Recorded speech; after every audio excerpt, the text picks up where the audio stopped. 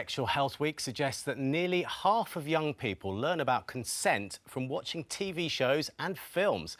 The survey also revealed that some people don't believe it is possible to withdraw consent if they have been bought dinner or drinks. The Family Planning Association, who are behind the survey, call this worrying. So are we unclear about consent, and do we need consent classes? Well, joining us now to give us their views on that, Luke Gittos, a criminal solicitor and author, journalist Caroline Farrow, author and columnist Rebecca Reid, and my good fellow researcher and journalist. Rebecca, according to this survey, a lot of young people learn about consent from TV and the movies. Why is that worrying?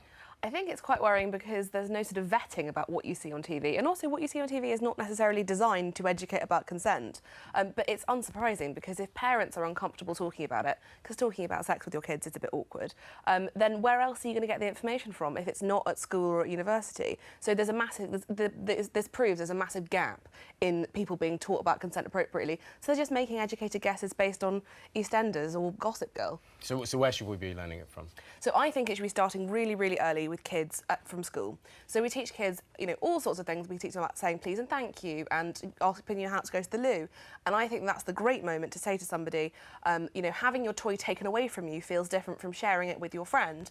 It's not like we're going to be talking to them about like the nitty-gritty of sex, but you can start to lay those principles really young with kids. As you said, kids, Luke's face just dropped. Look, I mean, you know, you're a lawyer, you know the problems with prosecuting rape cases. More education about consent surely feels like a good thing. More information out there is better, isn't it? No, I mean, we have to situate this in the context where more and more children are being criminalised for their behaviour than ever before. So we currently prosecute around 3,000 young people for sexual offences every year. Figures released by the BBC show that more and more children are being reported to the police by their schools for sexual offences. And what this shows is not that children's behaviour is any different now than it was 10 years ago. It's that the adults around them are feeling less capable of dealing with this behaviour on their own terms. So it becomes formalised a lot more quickly.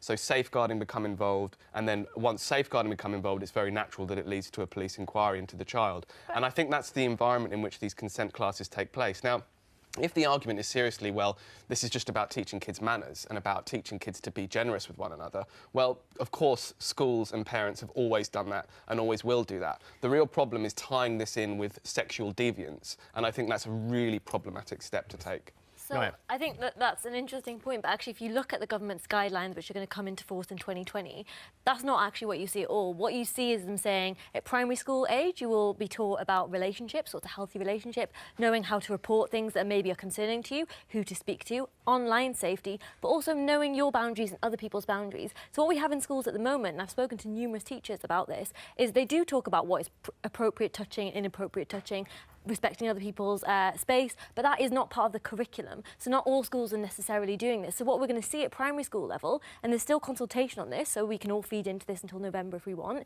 from 2020, is this being part of the curriculum. So children know their rights, and I think that that is what is very important. Not imposing your version of what rights are or not onto children, but so they know what they have a right to talk about and what they feel comfortable with and what they don't feel comfortable with. Yeah. And voicing that, I think, is important. Caroline, I mean, that's a good point, isn't it? And what Rebecca said about you can't just take toys, kids can't just take toys, they're taught to ask for them. It's the same here, isn't it? Well, yes, absolutely. But children, as has already been said, are already taught within PSHE about sharing, about space, about boundaries, about, you know, things that are private, things should be shown, and, you know, if somebody touches you inappropriately, then they should report that.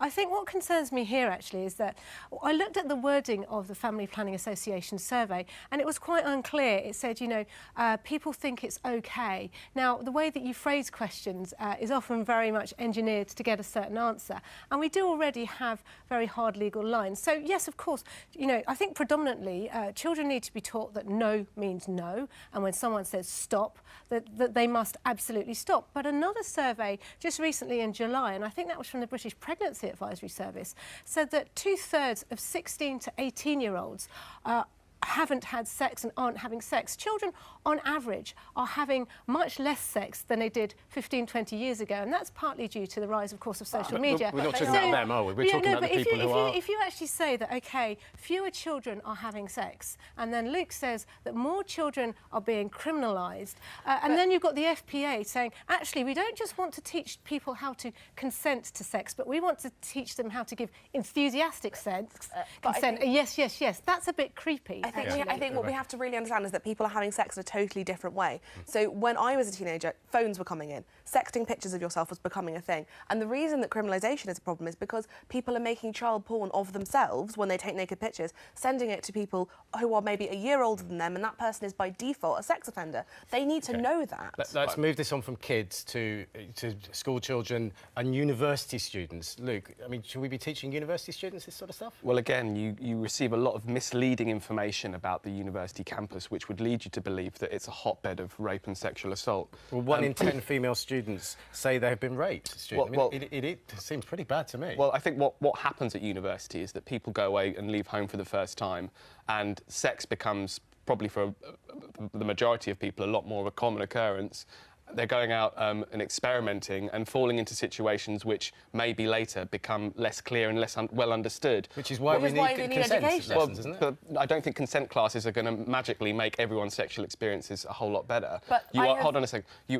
People learn about their sexual and intimate lives through living them, and that's a really important process. To pretend that consent classes are suddenly going to make the process of learning about sexual experience 100% fulfilling and wonderful for everyone, I think it's very dangerous. What you end up doing is ending up encouraging people to see their experiences through the context of sexual violence, i.e. was this sexual encounter rape or not? And I think that's extremely dangerous. Maya. But, OK, so I think that the important thing here is that some of the points you mentioned about children knowing boundaries, if we're thinking about school children, is that isn't part of the curriculum. So what we're seeing now from the government, if you look at the government's guidelines and the change between 2000, which was the original Act, and now, is that being put into the curriculum, and that's done in partnership with parents. I think we should be trusting our teachers to know what is age appropriate, but it's also done in partnership with parents. So I think we need to be very specific about that. And this point about consent when you get older, what we're actually seeing as part of the guidelines and suggestions is to make sure that children and young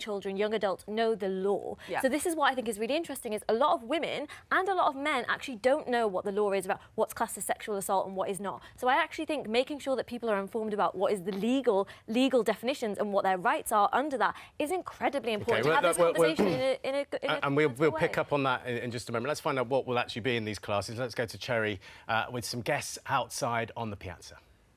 Thanks, Sean. Joining me now is Justin Hancock, a sex educator. Justin, what is a sex educator? Well, I run a sex and relationships advice website for over 14s online, but I also teach in schools, and I train teachers around how to teach this in the class and create resources for them. What is going on in the background? So we're all learning about how consent operates through handshakes. We're kind of practicing different kinds of handshakes to work out how it kind of might work. Can we do a demo? Sure. Okay, show me how it we're works. often taught like how to do a handshake. It's like right hand, up and down. We all know how to do that. Yeah, exactly. Fine. But if we were to negotiate a handshake, we'd bring in more consent, right? So we could do like a left-handed one, a little Let's bit give it stronger. a try. I'm happy to try that. Sure. There we go. It's a bit awkward, but it's fine. But it's good to try. But then you could also do one where you really try to tune into each other and pay attention to body language, eye contact, and how the other person responds. And does it work in real life, in a real situation? Is it a bit of a passion killer? Well, I think the thing that we're trying to do is to recognise that actually consent is something that operates all the way through sex. So by paying attention to what the other person's doing all the time, eye contact, body language and things, then we know that it's consensual all the time, but also I think that can make for better sex too. So it's all about communication and understanding each other. Exactly. And why consent? Well, consent's a super important topic, and it always has been, but recently in the media, obviously, there have been so many cases of non-consensual stuff happening, and it's and 1 in 10 young women have had sex against their will. So we really need to be talking about it and teaching it more, as well as everything else in sex and relationships education. Okay, well, thank you very much for your time. Thank you. With me now as well is George from Sexpressions. George, tell me about Sexpressions. What do you do? Yeah, so Sexpression UK is a national student-led charity.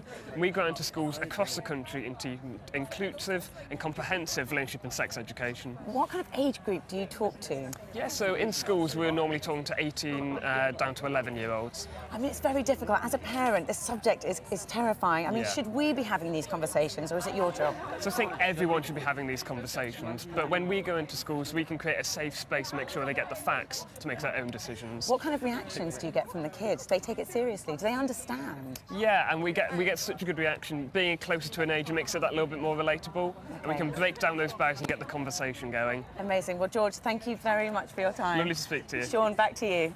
Cherry, thank you. So, Rebecca, is that how you envisaged a consent class taking place? So It's about the principle of agreement. Yes, it is absolutely. I mean, just to clarify, we're not saying that you have to negotiate a handshake. That's given as a metaphor. That's to teach you how to do with sex. But the one thing I would say that is really important is that it's, yes, of course, that, but I think there are young men who are committing sexual assault genuinely by accident, and that's why this is so important, is that there are young men whose lives are genuinely changed, some would say ruined, because nobody's explained to them, OK, maybe it looks a bit silly learning how to do a handshake, but that could really protect you. If you genuinely follow that and you actually listen and look for affirmative consent, you will not end up raping people. It makes a lot of sense, doesn't it? This is really interesting. So there's been a real change in feminist thinking about this. So we used to recognise that rape and sexual violence was an act of power. It had nothing to do with sex. It was about men asserting their power over women.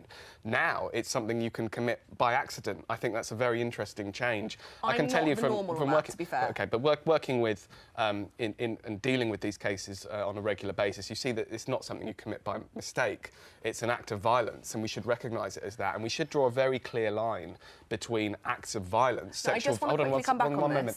Acts of sexual violence and everyday misunderstandings, and that's the elision that consent classes encourage. They encourage the idea that actually miscommunication and fumbling and mistakes amount to sexual violence. Can I just really quickly, just to clarify, I'm saying things like removing a condom during sex is sexual assault and is not allowed. Lots of young men haven't been told that. They don't know that. They think that that's acceptable because nobody has taught them not to do it. And that could really land somebody in trouble. OK, Karen. OK, the thing that I found a little bit disturbing about watching that video is that we've talked about parents, and I think, you know, parents actually need to be the primary educators in terms of teaching children about sex. And we always get, well, what if you get some parents who aren't good enough? And that assumes that the parents aren't good enough, and I think that most parents are, and this is the role of parents, not the state. When that young man said that he was going into schools to create a safe space and to break down boundaries, that implies that it's not safe for most children at home, and actually breaking down children's natural boundaries, you know, so they talk to strangers about sex